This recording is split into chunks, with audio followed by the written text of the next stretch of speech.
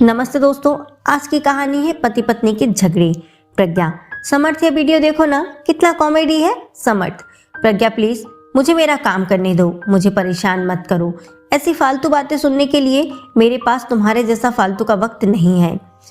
प्रज्ञा, समर्थ आजकल मेरे लिए तुम्हारे पास टाइम ही नहीं रहता और तुम्हें मेरी सभी बातें फालतू ही लगती हैं। तुम्हारी नजरों में मैं इतनी ही बुरी थी तो तुमने मुझे प्रपोज क्यों किया और शादी क्यों की। समर्थ, हाँ भूल हो गई मुझसे, लेकिन अब क्या फायदा यह सब बोल के कि हुई भूल अब निभानी तो पड़ेगी ही ना जिंदगी भर। समर्थ के ऐसे शब्द सुनकर प्रज्ञा की आंखों में आंसू आ गए।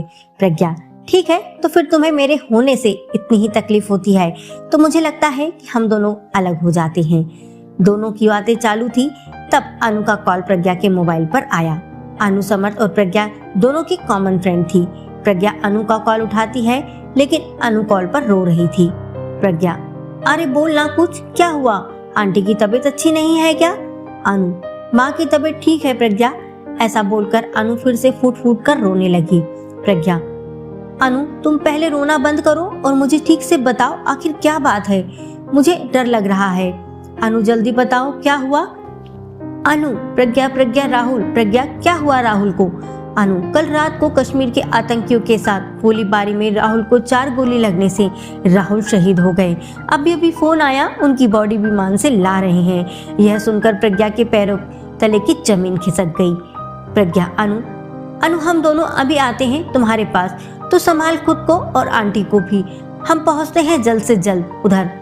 ऐसा बोलकर प्रज्ञा फोन रख देती है और समर्थ और राहुल और आतंकियों में हुए फायरिंग और राहुल के शहीद होने की बात बताती है। समर्थ भी उनकी बातें सुनकर सन्न हो गया, लेकिन तुरंत वह दोनों अनु के घर जाने के लिए रवाना हो गए। अनु के घर पहुंचते ही दरवाजे में ही अनु प्रज्ञा के गले लगकर रोने लगी। अनु, प्रज्ञा कल सुबह ही तो हम तीनों ने उनसे बात की थी वीडियो कॉल पर। वो कह रहे थे कि छुट्टी सैंक्शन हो गई है और अगले सप्ताह वो घर आ रहे हैं। यह बातें बोलकर वह कितने खुश थे और रात को अचानक ऐसा हो गया। संभाल खुद को, तुम्हें तकलीफ होगी, प्लीज संभाल खुद को। तू अपनी हिम्मत खो देगी तो आंटी को कौन संभालेगा। अनु, अब मैं क्या करूं खुद को संभाल कर, मेरे जीने की वजह ही मुझसे दूर हो गई। अब किसके लिए जीऊं मैं? बस 6 महीने ही हुए थे हमारी शादी को और शादी होते ही 15 दिन में वह ड्यूटी पर निकल गए। एक दूसरे को समझने के लिए वक्त ही नहीं मिला। इतने सपने देखे थे हमने, हम दोनों ने, हमारे बच्चे के, नए घर के, एक दूसरे के लिए बहुत सारी बातों के सपने देखे थे। अब सारे सपने अधूरे रह गए, हमें वक्त ही नहीं मिला। थोड़ी देर में राहुल की बॉडी तिरंगे में लिपटकर घर आई। शासकीय इंतजाम में राहुल का अंतिम संस्कार हुआ। सभी विधि खत्म होने पर समर्थ और प्रज्ञा अपने घर देर रात तक वापस चली गई। प्रज्ञा, समर्थ तुम खाना खाने वाले हो क्या? मुझे तो भूख नहीं है। समर्थ, नहीं चाय बनाओ, बहुत सिर दर्द हो रहा है, कुछ समझ में नहीं आ रहा।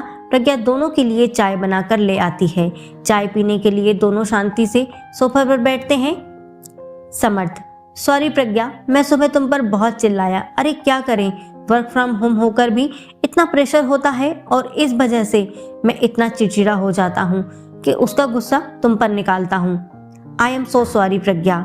प्रज्ञा, समर्थ तुम सॉरी मत बोलो, मैं भी गलत थी, मैंने भी ज़्यादा ही बोल दिया था कि हमें अलग हो जाना चाहिए, मुझे ऐसा नहीं बोलना चाहिए था।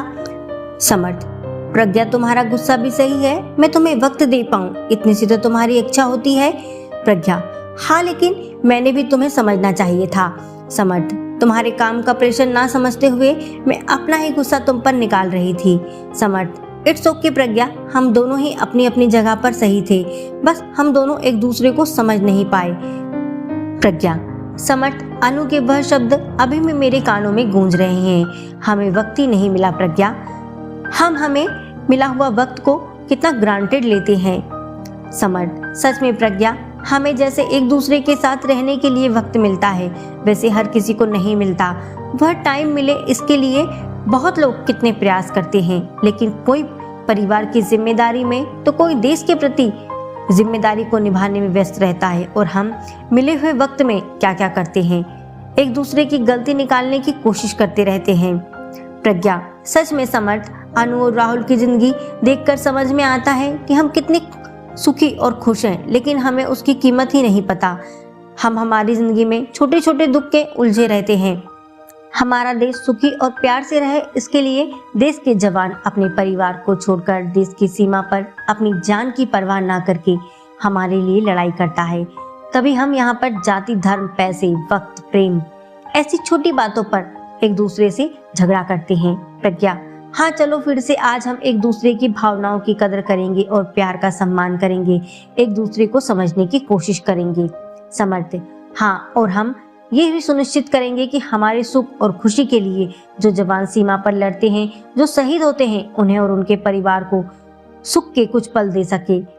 हमसे जितनी छोटी सेवा हो सके उतनी करें और देश का कर्ज चुका सकें।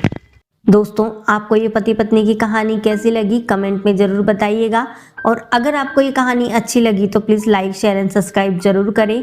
जय हिंद, जय भारत। फिर मिलेंगे अगली कहानी के साथ दोस्तों। वंदे मातरम।